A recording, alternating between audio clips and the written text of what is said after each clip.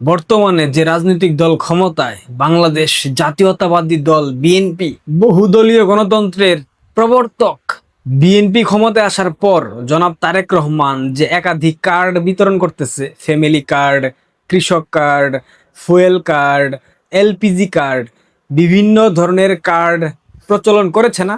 এই কার্ড নিয়ে যখন প্রথম দিকে আলোড়ন সৃষ্টি হয়, তখন কিন্তু আমি বলেছিলাম যে বিএনপি এই যে কার্ডগুলা প্রচলন করতেছে, এই কার্ডগুলা বিতরণ করার নামে বিএনপির তৃণমূলের যারা নেতাকর্মী আছে এরা সর্বোচ্চ সুযোগ সুবিধা নেবে। আমি এখানে বলেছিলাম তারা বিভিন্ন শ্রেণী পেশার মানুষকে দিতে গিয়ে অর্থ হাতিয়ে নেবে, পাশাপাশি যারা গ্রামের নিরীহ নিরপরাধ মানুষ, বিশেষ করে যাদের স্বামী নেই কিংবা বিধবা, এদের থেকে সর্বোচ্চ ফায়দা লুটার আপ্রাণ চেষ্টা করবে বিএনপির নেতাকর্মীরা। কারণ জন্মগতভাবে এরা ছেঁচড়া, জন্মগতভাবে এরা বাটপার। বিএনপির ম্যাক্সিমাম তৃণমূলের নেতাকর্মীরা চাঁদাবাজ, গাজার পুতলা ব্যবসায়ী, ফেন্সিডিল ব্যবসায়ী, মাদক ব্যবসায়ী, সর্বোপরি যদি বলতে হয়। এই বদমাইশগুলা ফ্যামিলি কার্ড বিতরণ করার নামে দেখেন কি করছে। আমার কথা না, কালের কণ্ঠে সংবাদ প্রকাশ হয়েছে, ফ্যামিলি কার্ডের প্রলোভনে ধর্ষণ চেষ্টায় অভিযোগ, বিএনপি নেতা বহিষ্কার। ফ্যামিলি কার্ড দেওয়ার কথা বলে ধর্ষণের চেষ্টা করেছে, এরপর দল তাকে বহিষ্কার করেছে। তাকে শুধুমাত্র বহিষ্কার কেন করা হবে? তাকে তো আইনের কাছে তুলে দেওয়া উচিত ছিল। বিএনপি সেটা দেবে না, কারণ বিএনপি ক্ষমতায় আসলে বাংলাদেশে আইনের শাসন যে থাকে না, বাংলাদেশের বিচার ব্যবস্থা যে ধ্বংস হয়, সেটা তো 2 মাসে আপনারা দেখতে পেয়েছেন। গতকাল সুপ্রিম কোর্টে বাংলাদেশ আওয়ামী লীগের যারা আইনজীবী আছে, অর্থাৎ আওয়ামীপন্থী আইনজীবী যারা আছে, তারা শেখ হাসিনার পক্ষে স্লোগান দিয়েছে। এটা দিতেই পারে, তারা তো কোর্টের এজলাসে দাঁড়িয়ে স্লোগান দেয়নি, কোর্টের বাইরে দাঁড়িয়ে স্লোগান দিয়েছে। এরপর বিএনপির নেতাকর্মীরা আবার একদম একজোট হয়ে আওয়ামী লীগের যারা আইনজীবী ছিল শেখ হাসিনার পক্ষে স্লোগান দিয়েছে, এদের বিরুদ্ধে স্লোগান দিয়েছে।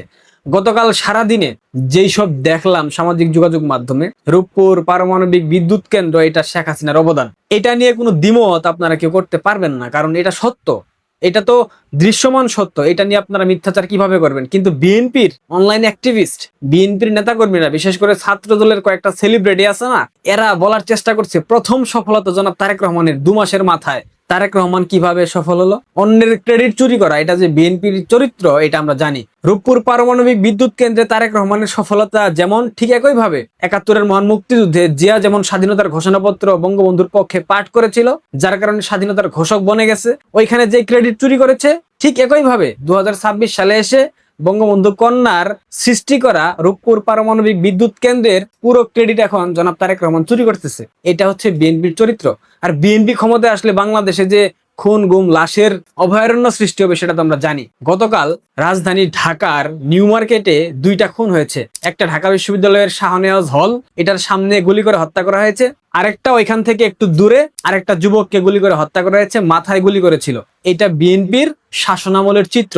2001 থেকে 2006 আপনারা যারা দেখেন নাই, তারা সামাজিক যোগাযোগ মাধ্যমে প্রবেশ করেন, আপনারা বিভিন্ন গণমাধ্যমের আর্কাইভে ঢুকেন, 2001 থেকে 2006 শুধুমাত্র প্রথম আলো পত্রিকার সংবাদগুলা দেখেন, তাহলে বুঝে যাবেন বিএনপি কত বড় স্বেচ্ছরদের দল, বিএনপি কত বড় চোরেদের দল, বিএনপি কত বড় বদমাইশদের দল। এরা ক্ষমতায় আসবে, বাংলাদেশে সংখ্যালঘু নির্যাতন হবে না, বিরোধী দলকে নিশ্চিহ্ন করার প্রচেষ্টা চালাবে না, খুন হবে না, বাংলাদেশে ধর্ষণ হবে না, বাংলাদেশের ইতিহাস বিকৃতি ঘটবে না, বাংলাদেশে ক্রেডিট চুরি হবে না। এটা তো কোনো কথা না। এক শ্রেণীর লোকজন বলার চেষ্টা করছে শেখ হাসিনা কি তার বাপের টাকা দিয়ে রূপপুর পারমাণবিক বিদ্যুৎ কেন্দ্র বানিয়েছে। জুলকারনাইন স্যার সামাজিক যোগাযোগ মাধ্যম ফেসবুকে স্ট্যাটাস দিয়েছে শেখ হাসিনা নাকি তার বাপের টাকা দিয়ে রূপপুর পারমাণবিক বিদ্যুৎ কেন্দ্র করেনি। তাদের উদ্দেশ্যে একটা প্রশ্ন, বেগম জিয়া প্রধানমন্ত্রী ছিল, ইউনূস 2 মাসের অন্তর্বর্তীকালীন সরকারের প্রধান ছিল, এরশাদ ছিল, জিয়া ছিল, তারা কেন জনগণের বাপের টাকা দিয়ে এরকম একটা মেগা প্রকল্প করে নাই, মেট্রো রেল করে নাই, পদ্মা সেতু করে নাই? তো তারেক রহমান জনগণের বাপের টাকা দিয়ে আরেকটা মেট্রো রেল করুক, আরেকটা পদ্মা সেতু করুক, আরেকটা রূপপুর পারমাণবিক বিদ্যুৎ কেন্দ্র করুক, পারবে? আরেকটা 4th টার্মিনাল করুক, পারবে? ওই দম তো নাই। শেখ হাসিনা বিভিন্ন দেশ থেকে ঋণ এনেছিল, তারেক রহমানের বাপের সক্ষমতা থাকলে আনুক, দেশ পরিচালনা করুক না। আর 4 মাস, এরপর বাংলাদেশের মানুষ কি করবে আপনারা জাস্ট চেয়ে চেয়ে দেখবেন।